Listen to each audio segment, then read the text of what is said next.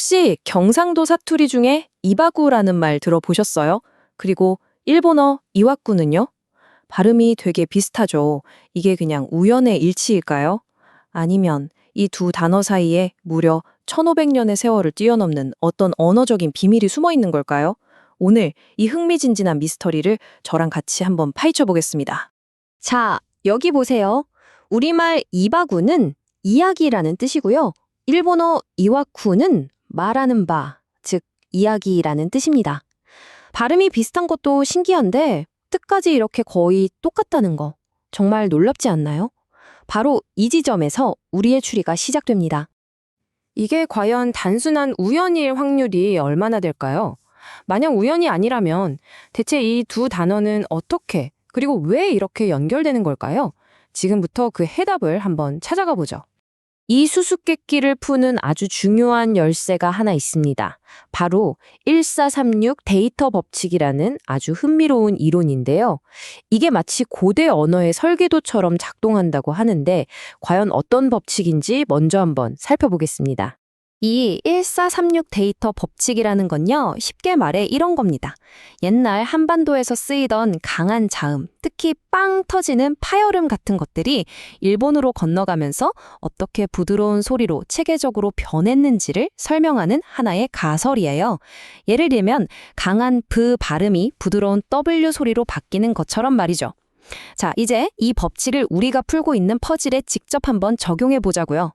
자, 그럼 이 1436 데이터 법칙이라는 렌즈를 통해서 이바구가 어떻게 이와쿠가 되는지 그 과정을 직접 한번 들여다보겠습니다. 아마 깜짝 놀라실 거예요. 여기서 정말 재미있는 건 이 소리의 변화에 아주 일정한 규칙이 있다는 거예요. 먼저 이 바구의 바에 있는 브 소리가 부드러운 와 소리로 바뀝니다. 이거 우리가 덥다를 더워라고 말하는 거랑 비슷한 원리예요.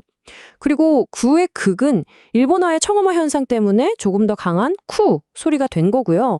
이 규칙을 딱 적용하니까 이 바구가 이와 쿠로 변하는 과정이 너무나 명확하게 그려지죠. 심지어 여기에는 나름의 철학적인 의미까지 담겨 있습니다. 이바구의 핵심인 이 빕 소리, 두 입술이 부딪혔다가 팍 터지면서 나는 소리잖아요.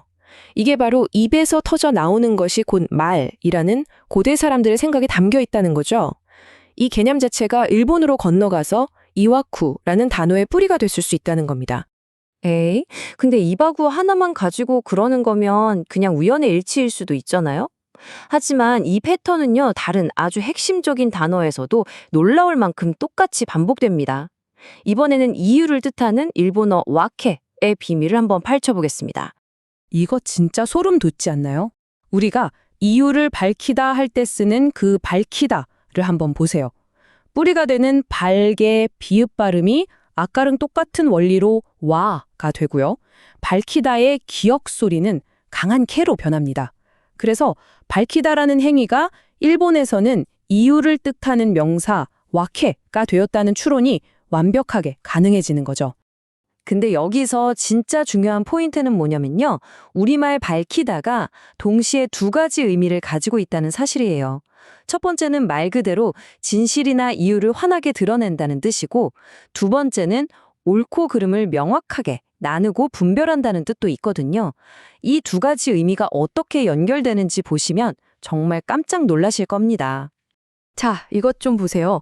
밝히다의 두 가지 의미가 일본어에서는 발음이 똑같은 와케라는 두 개의 다른 한자로 완벽하게 나뉘어요.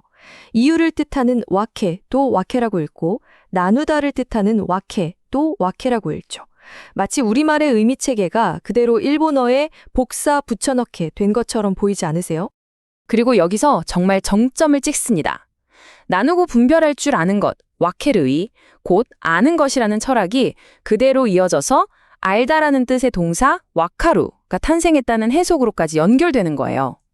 결국 가르다와 알다가 같은 뿌리에서 나왔을 수 있다는 거죠. 기가 막히죠? 자, 지금까지는 소리가 부드럽게 바뀌는 경우를 봤잖아요. 그런데 이 이론은 여기서 한 걸음 더 나아갑니다. 소리가 아예 사라지는 현상까지 설명하거든요. 어쩌면 가장 파격적인 주장일 수 있는데 그 증거들이 또 놀라울 만큼 명확합니다. 핵심은 이겁니다. 한반도의 강렬했던 브 소리가 일본으로 건너가면서 그 에너지를 다 잃어버리고 그냥 흔적도 없이 사라져버리는 경우가 있다는 거예요. 이게 좀 믿기 힘드시죠? 그런데 바로 다음 예시들을 보시면 생각이 확 바뀌실 겁니다. 첫 번째 예시입니다. 불다는 뜻을 가진 우리말 발가타. 여기서 맨 앞에 브 소리만 한번 싹 지워보세요. 그럼 알가타처럼 들리죠? 이게 일본어 아카, 즉 빨강이랑 거의 똑같아요. 두 번째 예시도 마찬가지입니다. 패턴이 또 반복되죠. 비어 있다 할 때 비다. 여기서도 비업을 제거하면 이다가 남잖아요. 이게 바로 일본어로 빈 공간을 뜻하는 아키의 어원이 될 수 있다는 겁니다. 뭔가 감이 오시죠? 그리고 마지막으로 우리의 신체 발입니다.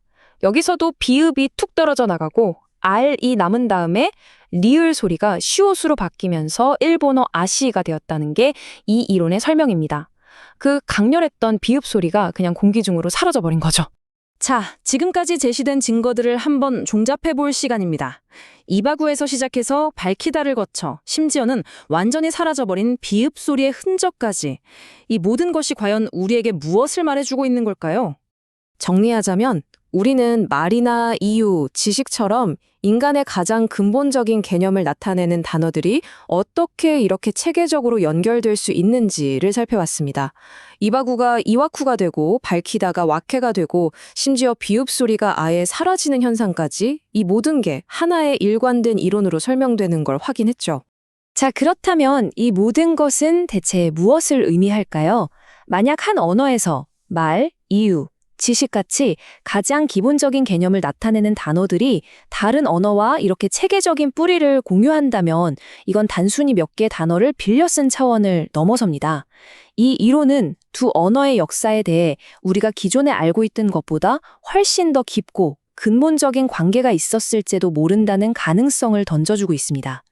이 흥미로운 언어 퍼즐에 대해서 여러분은 어떻게 생각하시나요?